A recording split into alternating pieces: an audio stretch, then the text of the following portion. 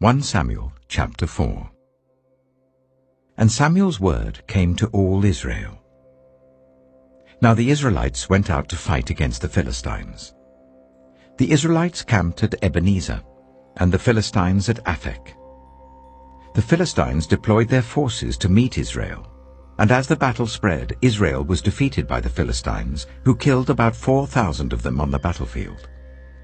When the soldiers returned to camp, the elders of Israel asked, "Why did the Lord bring defeat on us today before the Philistines? Let us bring the ark of the Lord's covenant from Shiloh, so that he may go with us and save us from the hand of our enemies." So the people sent men to Shiloh, and they brought back the ark of the covenant of the Lord Almighty, who is enthroned between the cherubim. And Eli's 2 sons, Hophni and Phinehas, were there with the ark of the covenant of God. When the ark of the Lord's covenant came into the camp, all Israel raised such a great shout that the ground shook. Hearing the uproar, the Philistines asked, "What's all this shouting in the Hebrew camp?" When they learned that the ark of the Lord had come into the camp, the Philistines were afraid. "A god has come into the camp," they said. "Oh no, nothing like this has happened before. We're doomed. Who will deliver us from the hand of these mighty gods? They are the gods who struck the Egyptians with all kinds of plagues in the wilderness. Be strong, Philistines. Be men, or you will be subject to the Hebrews, as they have been to you. Be men and fight." So the Philistines fought, and the Israelites were defeated, and every man fled to his tent. The slaughter was very great. Israel lost 30,000 foot soldiers. The ark of God was captured, and Eli's 2 sons, Hophni and Phinehas, died. That same day, a Benjaminite ran from the battle line and went to Shiloh with his clothes torn and dust on his head.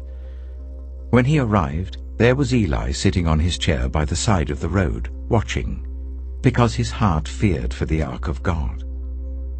When the man entered the town and told what had happened, the whole town sent up a cry. Eli heard the outcry and asked, "What is the meaning of this uproar?"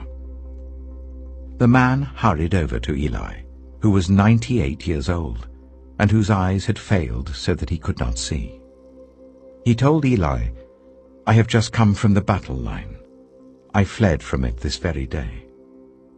Eli asked, "What happened, my son?" The man who brought the news replied, "Israel fled before the Philistines, and the army has suffered heavy losses.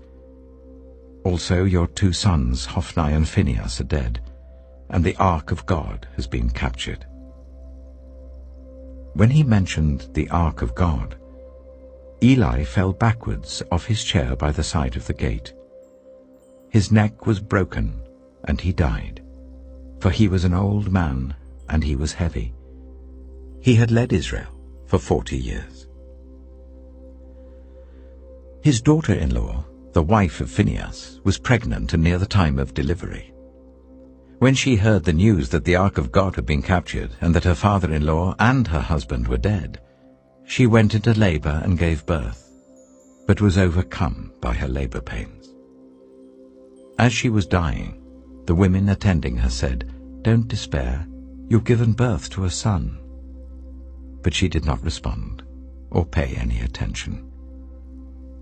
She named the boy Ichabod, saying, "The glory has departed from Israel," because of the capture of the ark of God and the deaths of her father-in-law and her husband. She said, "The glory has departed from Israel, for the ark of God has been captured."